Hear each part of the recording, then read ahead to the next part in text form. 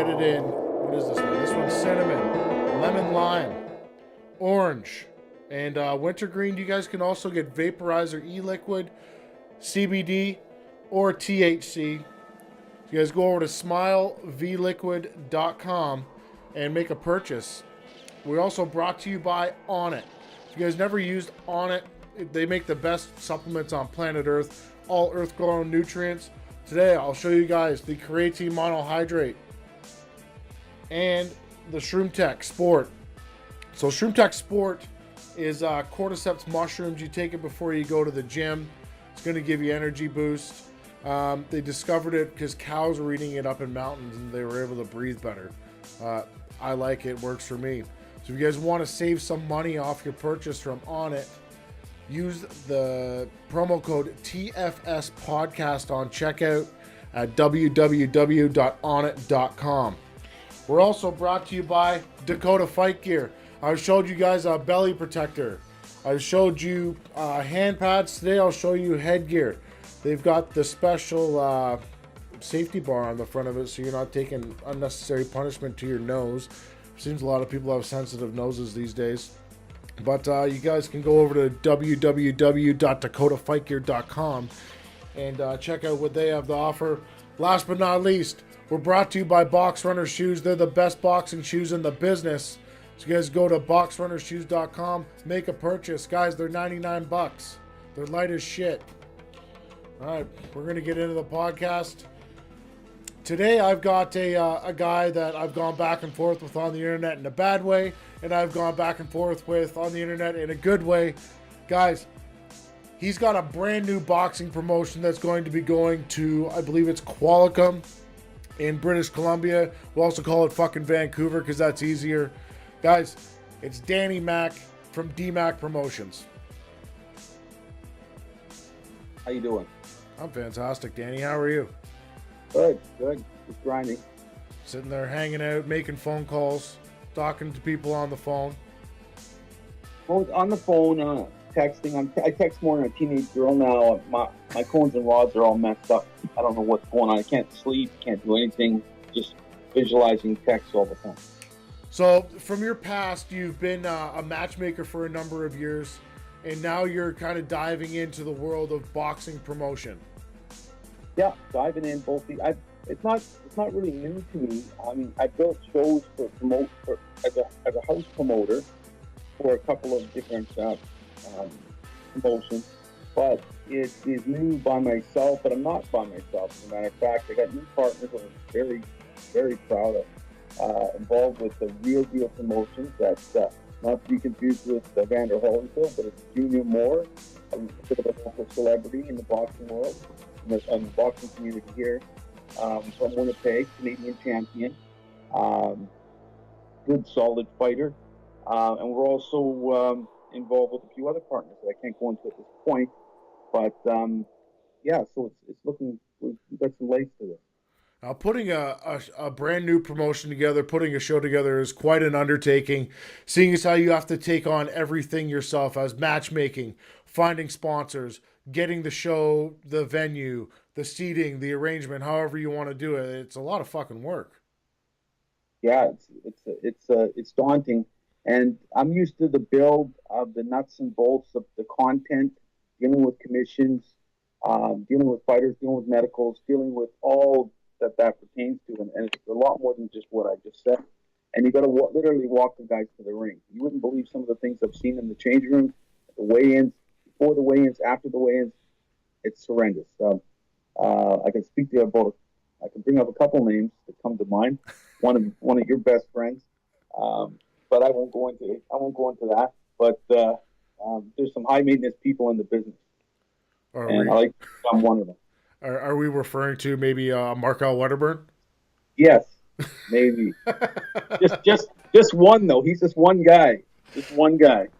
One guy of many. Fighters are they're a different breed. Some of them need you to hold their hand. Some of them just do it.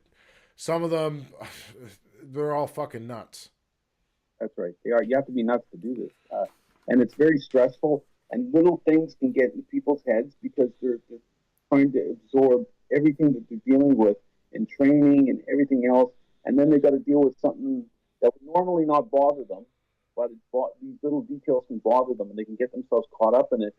And it's the real champions, the champions in heart and mind, are the guys that can literally close that all out and still get the job done. And that's not an easy thing to do.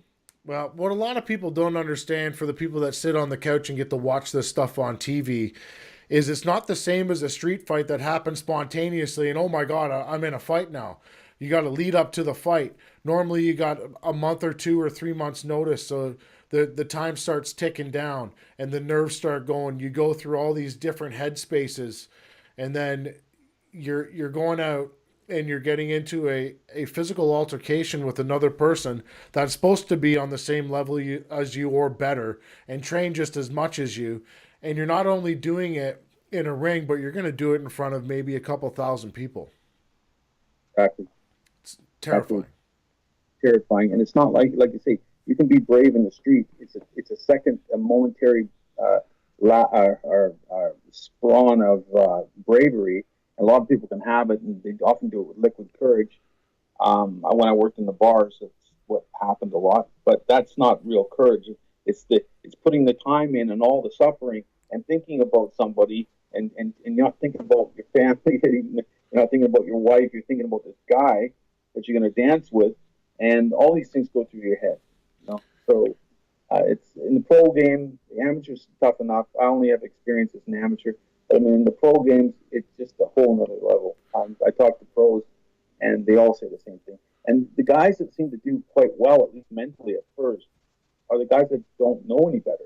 It's the long-standing amateurs that have long careers and understand all this stuff that they get uptight because it's there's expectations in them. And then these guys are just some of the bravest guys I see at the beginning are MMA guys because they're like little kids. Oh, let's go on the roller coaster, Daddy. Come on. But so it's I don't know if what you call it bravery or what, but some of the MMA guys breaking into boxing have a lot of courage. I'm pleasantly surprised to see. So November 9th, 2018, that's going to be a Friday night, 7 p.m., Hard Knocks at the Hard Rock, presented by DMAC Promotions. You're going to have your first show. DMAC and Real Deal Promotions. Oh, my bad. That's not on the paper that I have here, Danny. Sorry, in conjunction, it's a new development. New development, by the way. So in conjunction with DMAC Promotions, you have Real Deal, Junior Moore. I couldn't ask for a better partner. I think it's going to be a great relationship, and we look forward to many of them. That's just the first one. I think that's a really smart play on your behalf. What? Getting help? Well, yeah, that. But partnering up with somebody like that's a good idea. Absolutely. It adds a lot of credibility to what we're trying to do. And he loves the same things I love. And the thing about it is, this isn't the first time. Me and him go back like 7 or 8 years. We were going and looking at venues downtown that were insanely expensive, like the flagships, what do they call it? The Canada Place or whatever. We're looking in there, and it's like they want like $35,000 a night. Just for and that's without all the extras. That's the bare bones venue, and we're like, no. So very hard to make it in the sport in this province. A lot of people have had some success and had a lot of failures. It's just part of how it goes. I'm happy to see the way the situation's going in BC. There's more promoters recently, and happy to see the amateurs get involved. Boxing BC has presented an option for promoters to use their undercards, to have an amateur undercard. And thanks to the commission and their flexibility, we're all able to do that. So that's a really nice accent piece to the whole operation. It saves on cost, adds volume, because with both those things we need. We don't have a lot of depth and talent in the pro level yet, but it's coming. I mean, my show is going to be all pro, and they're almost all going to be local, lower mainland BC guys. So that's where it's at. So I did go on BoxRec today, and I did a little bit of research on Hard Knocks at the Hard Rock. And one of my friends, Alex Torres, seems to be listed on there with an opponent to be determined. Yeah, that's right. Alex and me have worked together for a while now. He's a really tough kid. Born and raised in Mexico, living in Calgary. I guess, a great deal of his life too.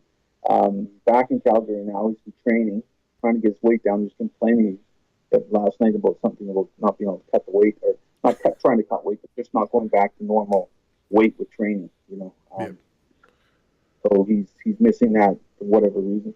And I told him maybe he was pregnant, and then a couple of other buddies chimed in. Jeez. There was a couple other guys. There was three fights that were listed on there with opponents obviously to be determined later because nothing's written in stone at this point. But so how many pro fights are you going to have, and are you going to have amateur fights? No amateurs, going to be an all pro show. We originally intended to be have an amateur undercard. It didn't quite work out the way we wanted it to, and we were only going to get about 4 amateur fights anyway. Okay. So usually you want more than that, but nonetheless, we'll have.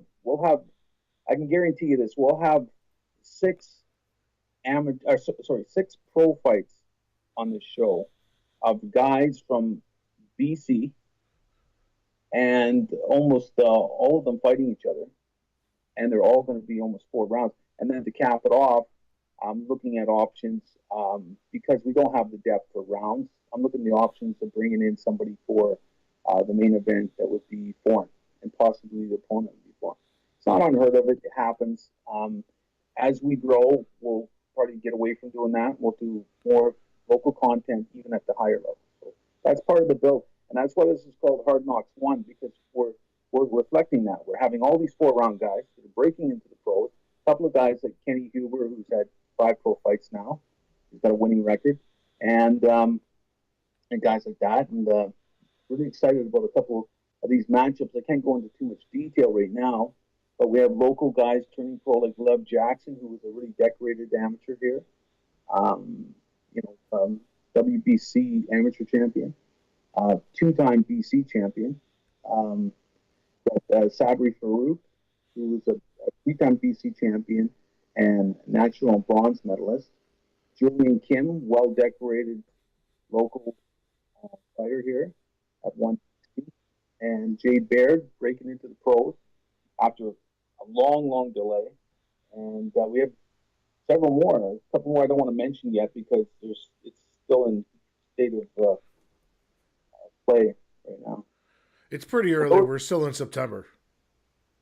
Yeah, right. So I got 6 fights made in principle and contracts up in some of them. So we got the hometown guys. Well, they're all hometown, but we got guys that are already with the promotion. Yep. Those guys are locked down, so that's all well and good. And then we're just looking to grab a few more. There might be a couple of guys out of province like Wayne Smith, in Saskatchewan, and he's with Page Promotion, so I've had a lot of experience with him and work with those guys. What else? There's an American probably coming in. I don't want to say right now, but we'll have some American content there. Yeah, so we're really excited. A lot of people know Ken Huber, Heavy Hands. Yep. And so excited to have him on the show. And Julian getting his second pro fight is a big deal. I mean, he's had some hiccups along the way, a couple of delays. So he had his first one, and a year later he gets the second one. But we hope to change that. We hope to get these things. These are going to be in the first year or two, about four shows a year, so you're looking at 3 months apart. I like that. There's more boxing. There's more opportunities. Now, Danny, I haven't received my contract yet. Yeah. Well, you can announce what the intentions are, and then we'll see what happens from there. So 2 years ago, I was supposed to fight for Dakota Boxing in Calgary, Alberta, against Mark Hiley, Showtime Wedderburn. Danny Mack would like to run that fight back, and I'm in. Yeah. Now, I think you'd be excellent there. Wedderburn, on the other hand, we have to, walk him to the ring and, make sure he has the white room, the white satin sheets. He's got to have it all, right? Well, listen, if Markel can come out first, I will walk him out. Walk back and then walk out myself. Okay. And I'll give him a hug too if he needs it. But yeah. I'd love to do the fight. You got to fight the whole family when he comes. That's fine. But, Yeah, good. like, Yeah, he's got his good to hear. 17 kids that corner him. Yeah, Whatever. It's all good. yeah, There's nice kids. I met them. Nice kids. But they look like adults, uh, Fulton kids. But yeah, so they're pleasant kids to be around. But yeah, he's got a big mouth online. He's a little different in the room, but guess we'll see if we get him there. He's just in my experience. I'm not saying it's like that with everybody. In my experience, he's a little high maintenance for my taste, but show business. well, you have I think it's a fairly short history with him. I know you found him some fights, match made him a couple times, wrapped his hands, stuff like that. But when Markel says he's going to do something, he usually shows up and does it. He might bitch and moan a little bit, ask for $50 here, $20 there, but he, Bucks here, yeah. $100 there. But hey, it is what it is. If we can get the fight to go, that'd be great. If not, I hope I can get on a DMAC Promotions card in conjunction with Real Deal. What was it? Real Deal Promotions with Junior Moore. I'd like to get on one of those here at some point. But Yeah, for sure. Love to have you. but you've got a lot of different sponsorship options for this fight. You've got the ringside sponsorship tables at $3,000. 10 guests. That's a good price. Yeah, and you get a really nice dinner with it. Their dinners there are phenomenal. I've had them. I've been there for an amateur charity event, and it was quite spectacular. So along with that, you get a VIP blue or red corner table seating, a sponsorship dinner. Your name or company logo will be included on the print and digital advertisement, which is a great option. I'm going to guess that this is going to be streamed live on Fight TV. I'm looking at streaming options. I've had a couple come to me of sort, and a couple of I'm familiar with that I've dealt with. Well, I haven't dealt with them before. I've been part of the production, and they've been there, and we had some really good back and forth. So yeah, they've contacted me, and we're looking at that, exploring Good. options. You got VIP. You're calling them contender tables. Yes, and there's an option to those too. You can upgrade them from just the dinner table. They're all adjacent to the ring, a very good location, and the you can upgrade it to dinner as well. So that can go from 15 to 200 to 2,000. Sorry.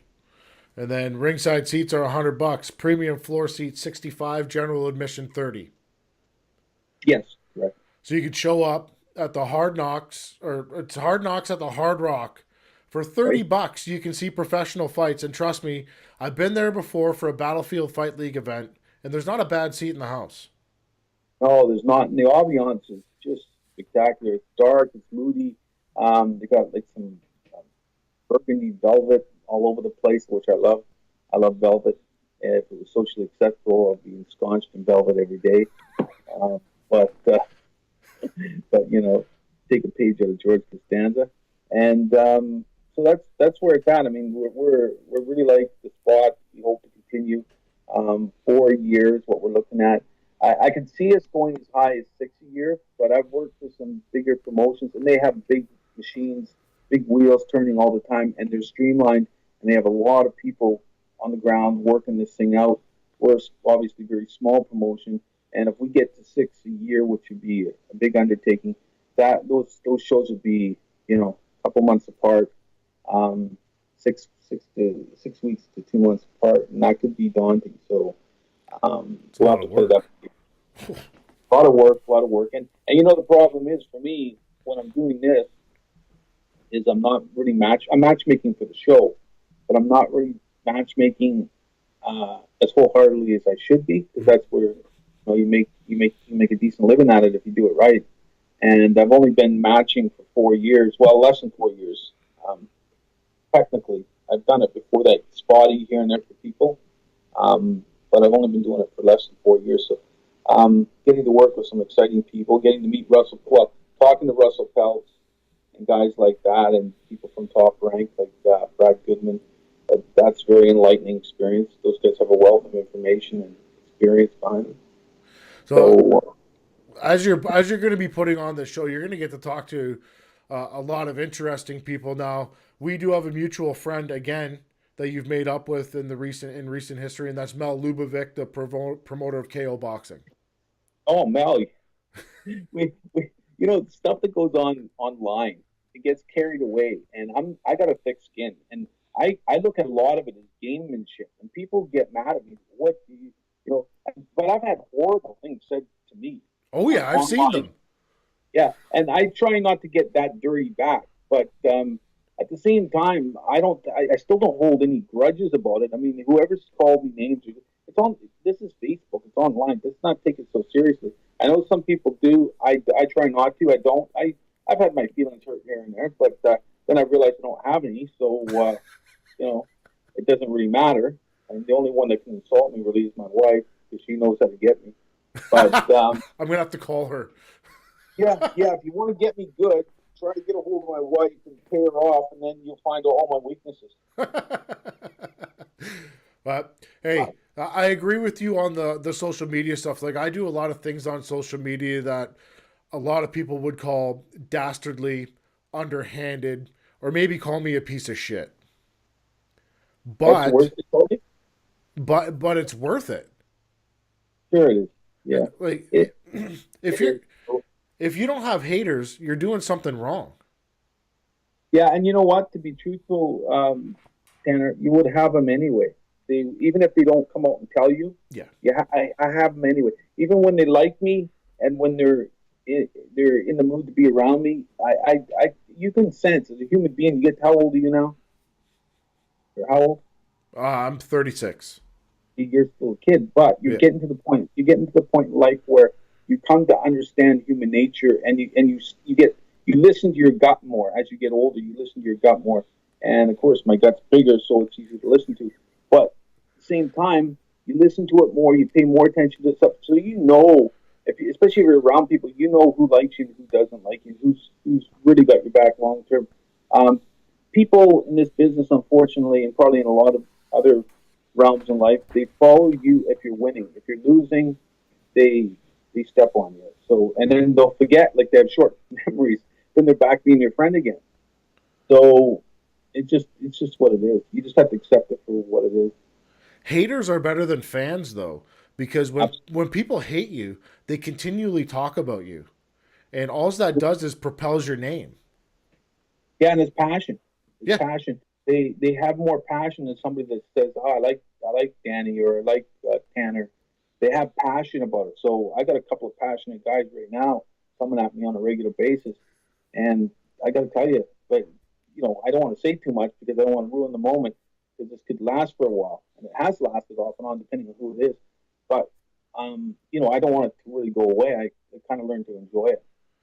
Well, there's a couple guys that I know that are very passionate Danny Mac haters, Yeah, and they're from around your area too. One's Dan, and the other one's Dave, and you know who I'm talking about.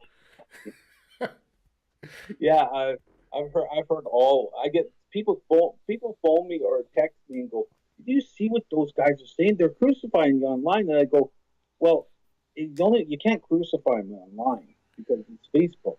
So like people when they get really upset for me and they're concerned, I've had family members that contact me and go, "Danny, this is horrible. What is something going to happen to you? Is someone going to do something harm to you?" I said, "No." I said, "It's Facebook," and I said, you know it's just people when they get it's like people behind a car. They're different people. When you're behind a keyboard, you can be a different person. I have been a different person behind a keyboard, and then you find yourself going down a road and you think you're jovial and you're funny, and Yeah. all of a sudden turn the corner and it's not funny anymore, and you're trying to find a way to back it up and you can't. It's fun. The same with Braidwood. Braidwood, I didn't intend things to get that way with him. I really respect him for what he's done in a short period of time, but what I was there was two prongs to the Braidwood situation, if I may go into it. Sure. One, I was trying to sort of goad him into a specific type of fight on our show that was going to be with Dave Allison and Comsport Pro Am, and I was trying to kind of goad him into another relatively local guy, and it didn't work out, and it backfired on me. But also it. it wasn't their plan. Obviously, they had a different plan. It sort of came to light later on. They had a different plan. Also, too, it was a situation where his situation was getting him priced out of certain fights, especially around here. So he was too expensive for us anyway. So Yeah. it wouldn't make sense for us. You know what I mean? It just, if we spent, if we're lucky, say we spent $15,000 on his fight, all in. Yeah. That for a small time promotion, that eats up a huge part of your. It's a lot of money. So it wouldn't have really worked out. But that was the one side, was trying to get him into a fight with a certain guy. The other part was that I was telling him to level test, and I think he underwent a lot of criticism for that. Not necessarily fairly either. He would say he just fought a guy from Mexico, and Mexicans aren't known to be heavyweights. So he would fight a guy and destroy the guy, and then social media, and then everybody comes out, they're an expert, and they go, oh yeah, you should fight better guys. And maybe if it was up to him, he would, but it might not be up to him. Yeah. So that's it. So we got a little carried away, and then it all blew up. But he deserved better than that. So I didn't mean to get him.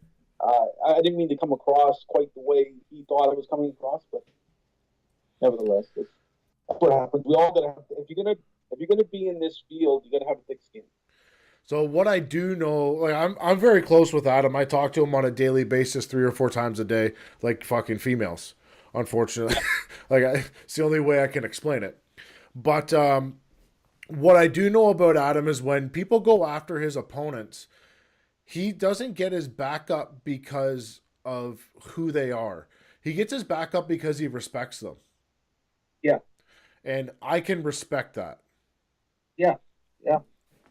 I get that. It's just that, some of the people, I saw a lot of the comments too. It wasn't just me. No. A lot of people say, well, why aren't you doing this? Why aren't you doing that? Well, it's not necessarily up to him, some of the stuff. There's a plan, and he's also new in the game in a lot of ways, especially from the business end of it. Mm-hmm. So he's taking direction from people and putting his trust into those people that they know what they're doing. And they may know what they're doing, but it was, it's sometimes the agenda isn't, it doesn't go the way that he thinks it's going to go at the end of the day. But it was just one of the things, criticism that I had was that he needs level testing, and that wasn't happening. And that's why when he went to let's face it, him and Simon Keen's not going to get better. Simon Keen is going to always be Simon Keen as he is now. He's already developed.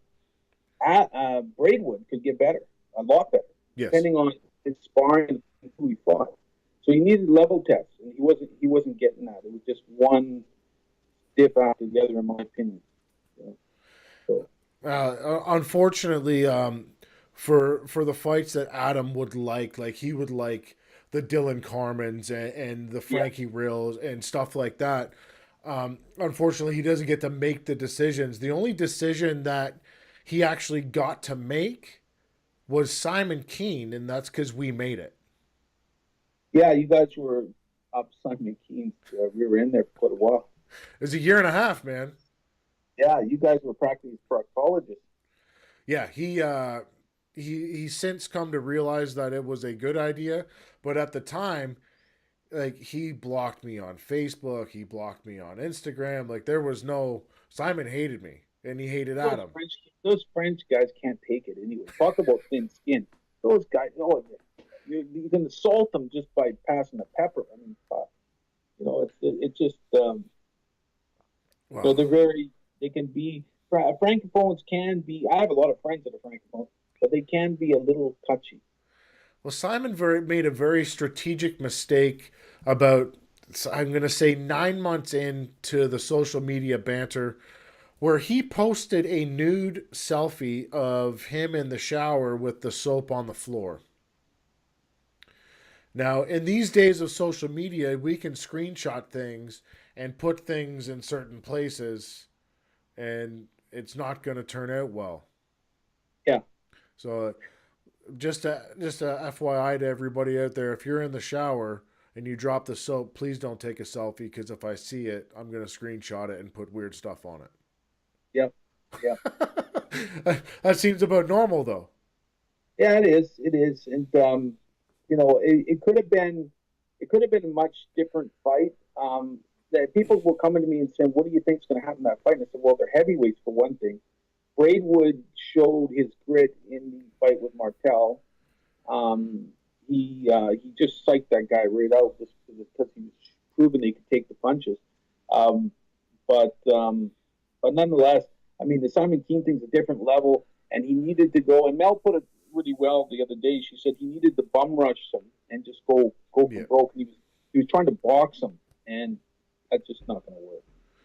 Well, the biggest thing that shocked me in that fight is if you look at Simon's body of work and you go look at his 12 or 13 or 14 victories aside from the Braidwood fight, the fight that he fought against Adam was shocking. Yeah, he fought. He fought really. He had a look like there's a lot to be said of body language getting into the ring, Yeah. and he didn't have good body language in the ring. He was standing there like just cold, looked cold. Wasn't in his didn't look like his head was in it. And more about this is such a psychological game. Like I said, getting back to when you're going to get distracted or get annoyed by something, every little thing is can be hypersensitive. So I don't know what was going on, but his head didn't seem to be into the fight, and then he was just following Simon Keane. You don't follow a guy like Simon Keane. You need to set him on his heels really quickly, and don't let him set a pace. Simon was very aggressive. His jab was better than ever. Yeah, And sure. there were some extenuating circumstances to the fight that I can't disclose, but it's not an excuse.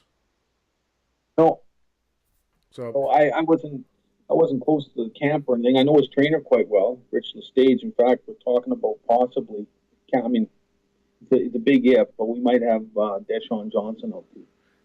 So Deshaun's an animal. yeah, we just don't know how that's going to look and how we're going to put it together. But I like Deshaun a lot. I have a lot of respect for him, and I've tried to make fights for him before. Unfortunately, they've all fallen through. Costio Clayton was one of them.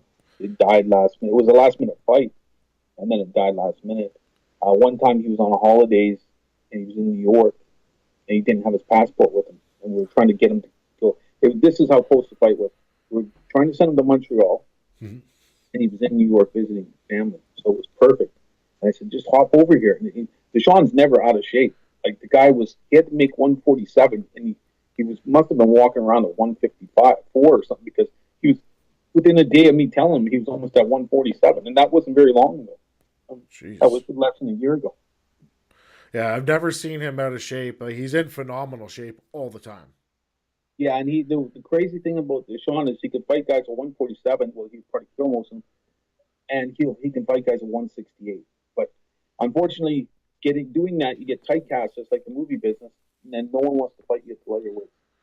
Well, but people, they're going to maybe box wreck Deshaun Johnson, and I believe he's 22 and 23 at this point in his career. But I hate when I see guys that have all the talent in the world and they got all the wrong fights at the wrong time.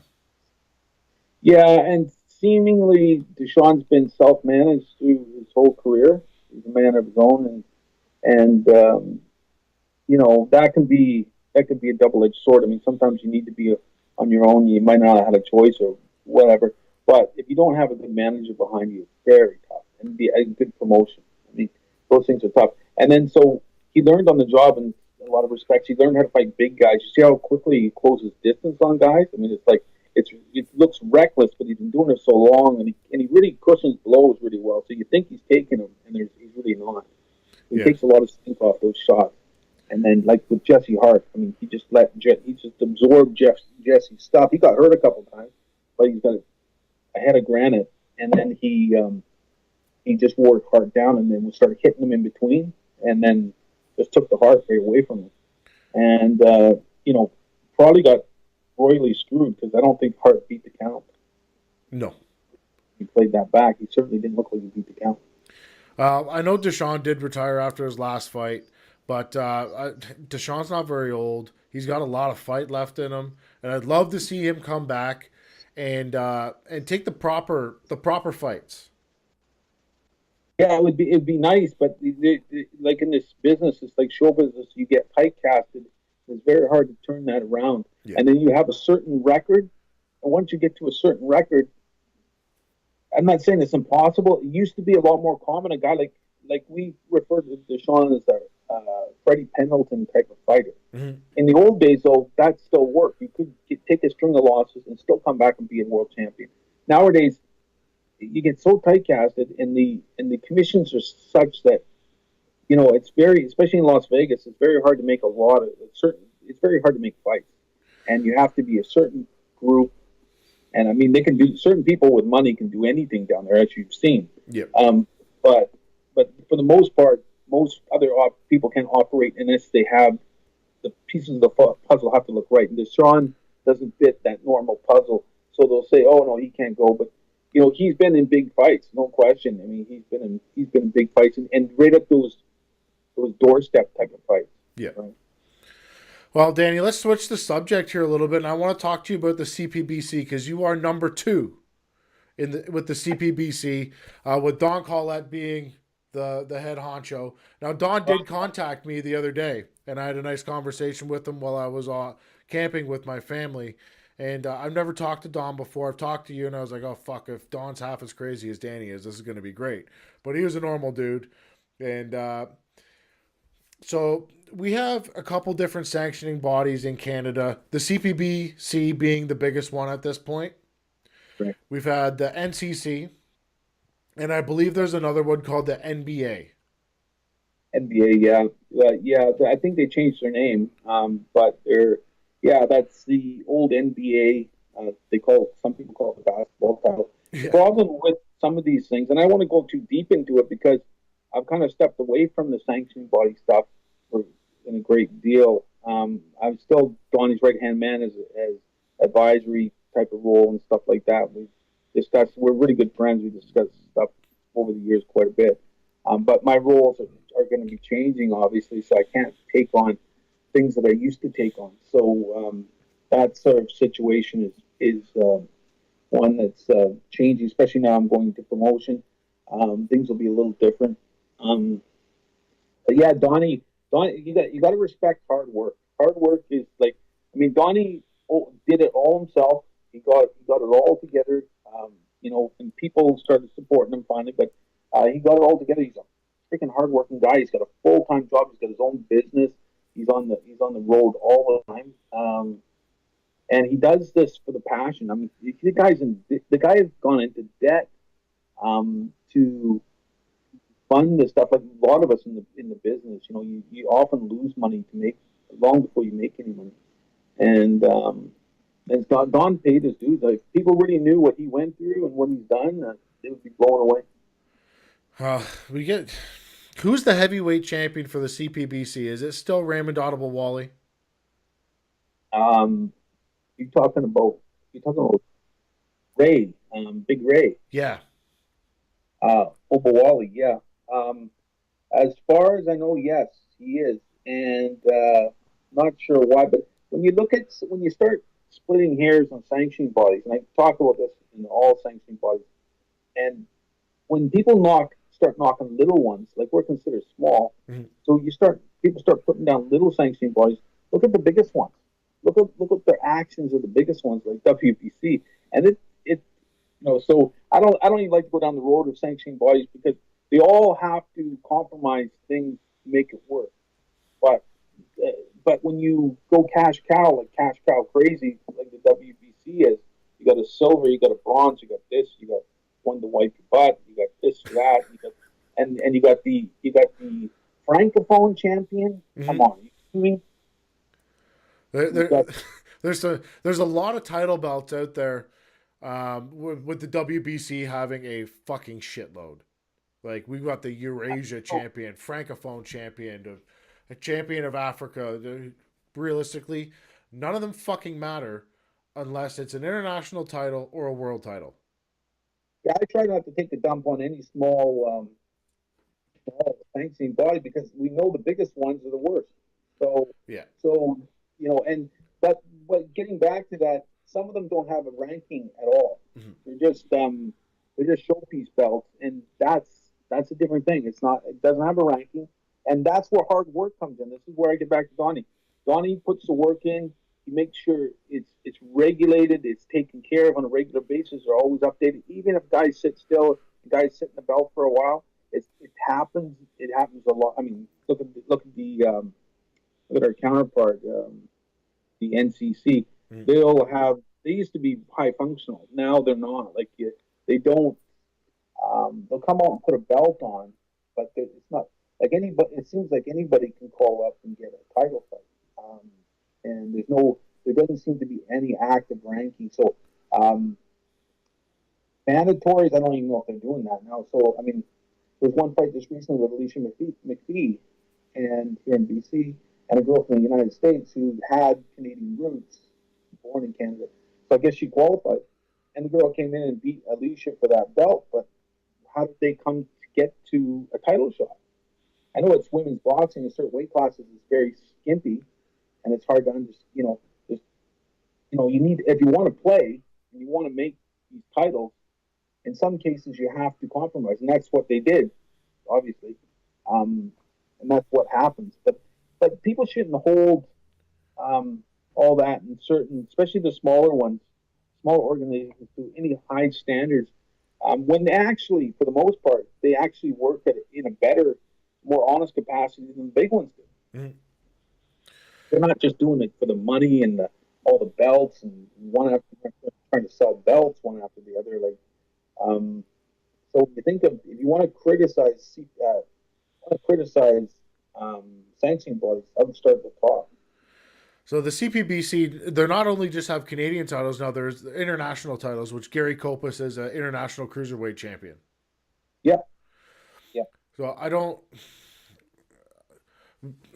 What do I want to say here? I don't understand the international title really.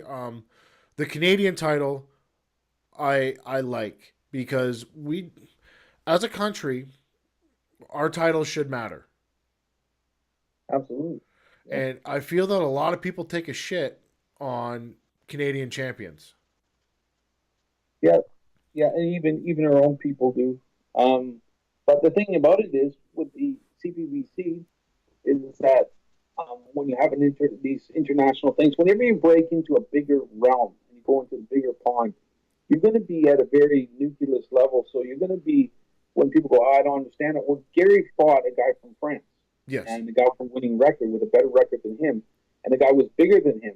And Gary wore him down and knocked him out. That's a legitimate win. The thing is, it was one of the very early titles situations. So when you're branching out, you're basically starting very small. So you're not going to be able to go, because you don't have a huge ranking system outside of Canada. So most of the guys that we have in our system, our ranking system, are Canadian, but we've got more North American guys as we grow. So it's getting better all the time. But anything that starts out very rudimentary. It doesn't start out very deep in the talent pool. And I'm not knocking the guys that fought for it. I'm just saying there isn't a lot of people out there that are at the level to challenge. So what we have to draw from is that. So Gary fought a guy with a good winning record from France, and then we've come out with the North American now, and that's at its baby level. Okay. And also what is it? The North American, the international, and then the Canadian. See, I didn't want to take a shit on the international title at all, because I like it. I like that there's a Canadian sanctioning body that has these things.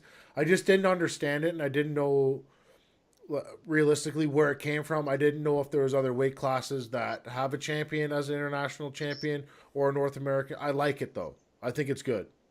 And if you have a guy that works as hard as Donnie, you know it will develop. It'll have infrastructure where some of the other ones won't. Yeah. I mean, well, like there's one of the IBF sister titles doesn't even have a ranking system to it. Yeah, it's weird, right? It just sits beside the other one that does. Yeah. And it's got the same, very similar. It's just confusing. It has a similar name, exactly the same looking belt, and they have no ranking. They just say, oh, the guys that win this have an opportunity to go into our rankings. Well, I don't know what that means, but That's sanctioning bodies for you. I mean, like Donnie's about as straight shooter as you can get. Most sanctioning bodies are flaky as all hell. I mean, Yeah. the WBO too. If you look at what's going on with the WBO now, we're the little sister of WBO, so we couldn't really get in with one of the more legitimate big sister, big brother types of sanctioning bodies. These guys are really doing it right. They're doing it well. They're kind of like the IBF was back in the '90s with Mills Lane, where they were really cleaning things up and making it honest as possible. You know. So the CPBC was affiliated with the WBU for a little bit. Don the Moose Lewis went crazy, said a bunch of racist stuff, and then that fizzled out. That now, don't get me wrong.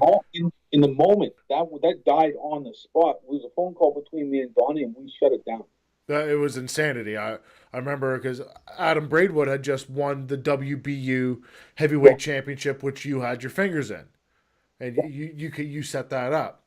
Well, Now, I can't set it up formally, so I turned it over to a matchmaker. yeah. But and I made the introductions, and that was all I could do because I can't make money off of it because it's a conflict of interest.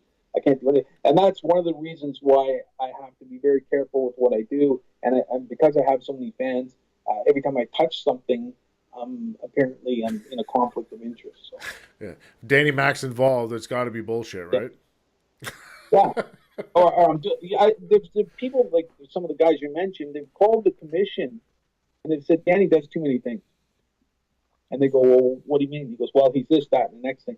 Well, yeah, but a true conflict of interest only comes into play is when you can actually alter the outcomes and things of that nature. I mean, it's so far down the trough to say that, because if that were the case, so many people, especially in the small boxing communities, wear so many different hats. Mm-hmm. And if that were the case, we'd never get anything done. So you have to be able to blend yourself to a great deal, but you don't do anything that's going to make you look like you change the outcome of a contest. So Yeah, because that is a conflict of interest, so you stay away completely away from anything like that. So in Braidwood's case, for him to challenge for that belt, I just made some introductions and left it alone. yeah, but Um, still had your fingers in it. Good thing. yeah, I was asked to find them and where he's at, and so I did, and I just talked to the people at Zufa and said there's an opportunity, and they tried to ask me details. I said I can't give you any details. I'll just put you on to this guy. Yeah. Well, I'll say that fight is one of my favorite fights to watch, not just because my friend won, but because it's one of the craziest things I've ever seen in my life. Yeah. Well, he totally psyched out Martel. And the thing was, they came back to the corner and they gave him a round. His eye was busted wide open. They gave him a round, and he had to do it that round. Yeah. I think football checked him out of the ring at one point. Yeah, he Um, pushed him right out of the ring. Get out of here. as part of Braidwood's thing, he slams guys to the floor. He's Yeah. got a little lucky with it a few. They did the PMAC once too. Yeah, he did do it to PMAC, threw him on the ground. Yeah. That's what happens when you're 6'4", 250 pounds, I guess. Yeah, well, you can see him when he starts to lose it with those agile guys, and he just kind of reaches out and grabs him by the neck, and Yeah, get over here. he close hangs them, right? Yeah. So where I was going with the CPBC, they were affiliated with the WBU. That got tossed out the window because Don Lewis was a crazy person. Now you're affiliated with, I believe, it's the NABO and the WBO, correct? Yes, but our original affiliation was with the WBO. Oh, So it went like they were talking. We actually started with the British group that we I wasn't really a part of it. Don was talking to a group in they came to a show in Montreal, and they were the European represent or the British representation of the WBU. So they said but the WBU is so weird. The Robson family is the owners of that yeah, sanctioning body. They're the original. Then the old man died, and everybody it was like a scavenger hunt. Everybody went after it. Like there's people in Britain that lay claim to it. There's people in North America that lay claim to that sanctioning body. It's the most bizarre. But you find some shit. Oh, Danny, you cut out. Your sound cut out. Uh-oh. Shit. Can't hear nothing you're saying now. Do do do do do do. 1 second, I'll call you right back. Hmm.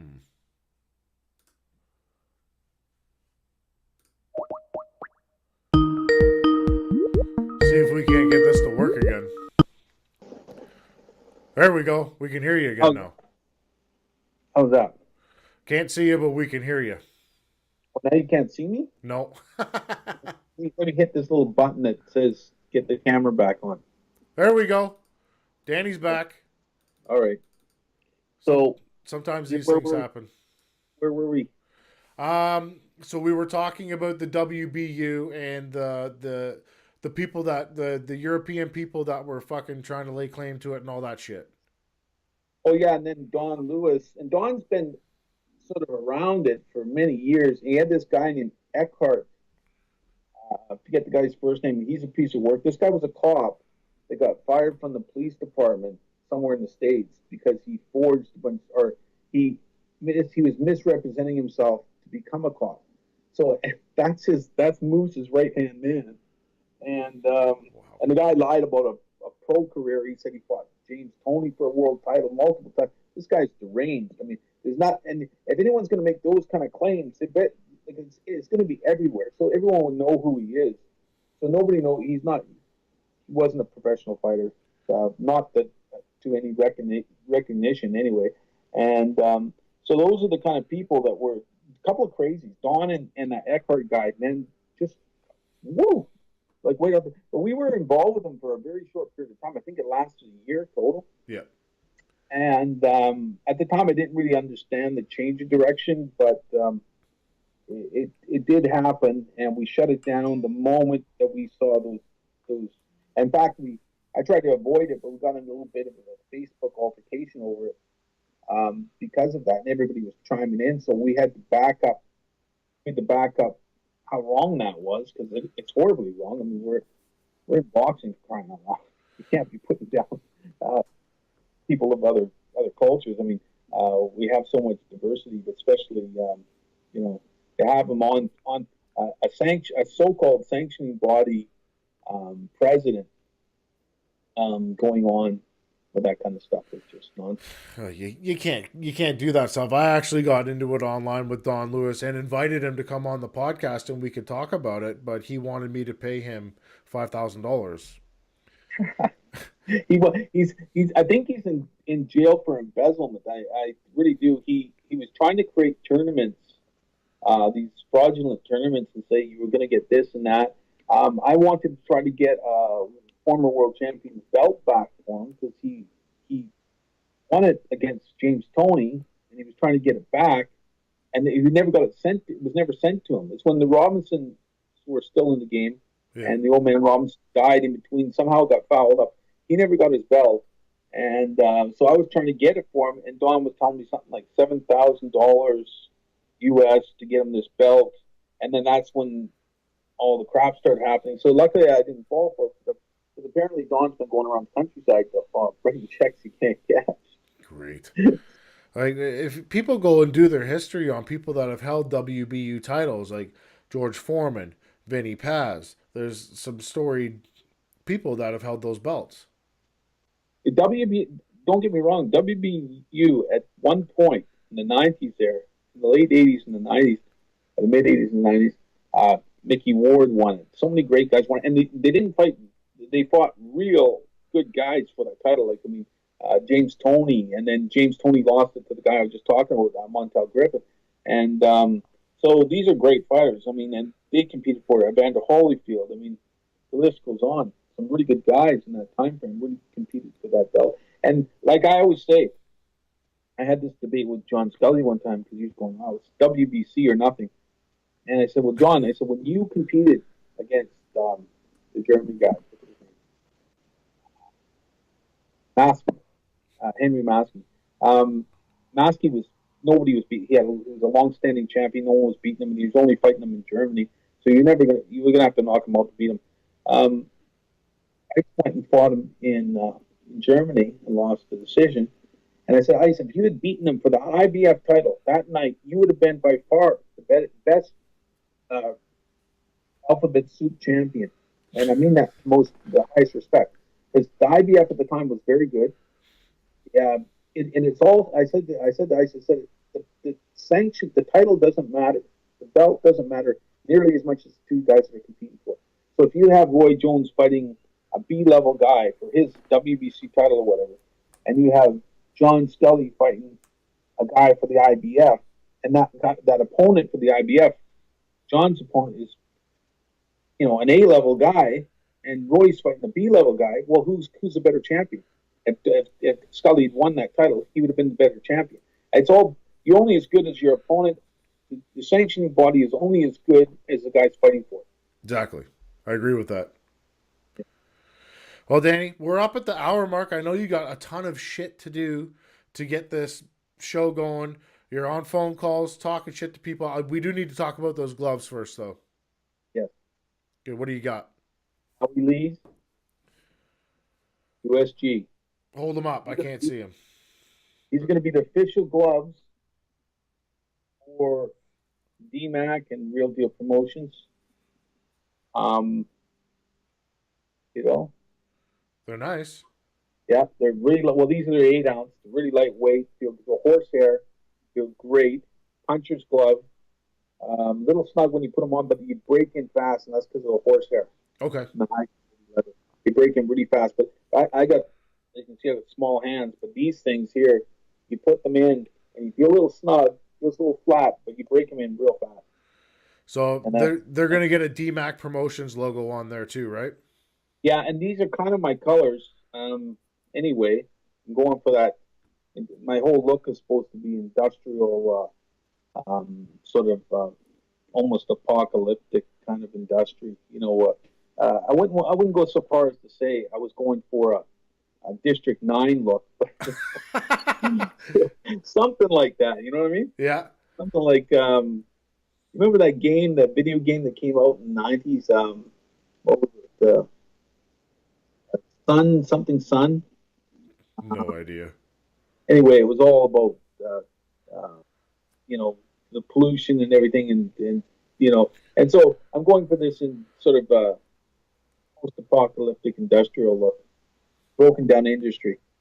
I like them. They look like they're nice gloves. I've never heard of them, so this is the first for me. Well, these guys used to make all the products for Rival. Oh. And they broke away from Rival fairly recently. And they were, Cody Crawley, I believe, was the first guy in Canada to use them. Okay. And so through Crawley, because I worked with Cody and Ibn, through those guys, and Don Collette again. Through those guys, I was able to get in touch with Howie Lee, who's the CEO of USG. And so they're going to be making us gloves. I'm supposed to get my crushed velvet tracksuit. I'm trying to look like Maury Ballstein there, from Ball's Models.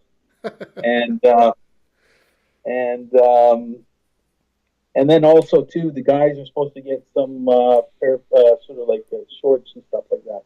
Nice. So all the hometown guys, like the guys that on the DMAC and Real Deal operation, are going to be geared up by USG. That's wonderful. Yeah, like that. Same guys need Rival. So all right, so November 9th, Hard Knocks at the Hard Rock Casino 1. DMAC Promotions along with Real Deal Promotions. Guys, don't miss it. You might even see the bad guy there. Who knows? Who will be there? You'll be there one way or the other. I'll be there. Danny, if anybody wants to get a hold of you for sponsorship options, please do not give your fucking phone number out on this, because you'll have a whole bunch of weirdos calling you. I bet. All my fans. All your fans will be calling you. They'll be telling you to fucking die and all that kind of shit. But if people want to get a hold of you, email address, Instagram or Facebook, how do you want to do it? Well, any way they want. I don't mind the phone calls. I've been getting phone calls from my fans all along anyway. So it's not a problem. I mean, they know where I live. they can come over anytime they want. Well, actually, I don't want them at the house because I have a wife and kids. So, Yeah, that's not good. no, so let's avoid that. But I'm not a hard guy to find. I'm not a hard guy to catch, as you probably know. You can't go upstairs. So that's it. It's just my phone number, my email address. The wife's got to set up with a new email address. It's called Hard Knocks Boxing at gmail.com. Okay, the one I have is Hard Knocks Boxing Events at gmail.com. Is that the one? Events at gmail.com. Yeah, that exactly. So you probably know more than I do. And I'm just I'm just inundated with a bunch of shit. So I don't from one thing to the next and drawing blank. Get very little sleep. Yeah, it's Hard Knocks Boxing Events with an S at gmail.com. Anybody wants to get in touch with Danny for sponsorship options, tables, seats, any of that kind of stuff, Hard Knocks Boxing Events at gmail.com. November 9th, 2018, 7 p.m. in Vancouver at the Hard Rock Casino. Don't fucking miss it because there's some good fights that are going to be on there. Now, Danny, if anybody wants to get a hold of you other than that, let's send them to Facebook maybe. It's Danny, what is it, Danny McGilvery? On Facebook, Danny Mac. Danny Mac on Facebook. I believe on the Instagrams is Danny Mac too. I don't know if you got Twitter. I got Twitter, but I have hardly ever used it. I used it once, twice here and there. I got to get back on it. I'm going to also have some friends that Junior Moore will be promoting the hell out of this thing. Okay. And one other partner that I'll mention later, as soon as if he wants to be recognized or not. But so two guys anyway. They've been a local community for a long time, and they're both ex-fighters. So. Oh, cool. Yeah. All right, Danny. I'm going to sign this fucker off. I'm going to talk to you for a couple minutes off the air. Okay? But, guys, the Final Shot podcast today was brought to you by Smile Canada. So go over to smilevliquid.com and check out and see what they got to offer. We're also brought to you by Onnit. www.onnit.com. On checkout, use the promo code TFS Podcast and you'll save 10% off your purchase. We're also brought to you by Dakota Fight Gear. So go over to www.dakotafightgear.com and go over and buy some gloves or a punching bag or something. Get healthy. Don't be a bunch of fat fucks. And last but not least, we're brought to you by Box Runner Shoes. They're the best boxing shoes in the business. Lightweight. They're lighter than the Nike Hyper KOs. So go over to boxrunnershoes.com and pick yourself up a pair of Box Runners. And that's the Final Shot.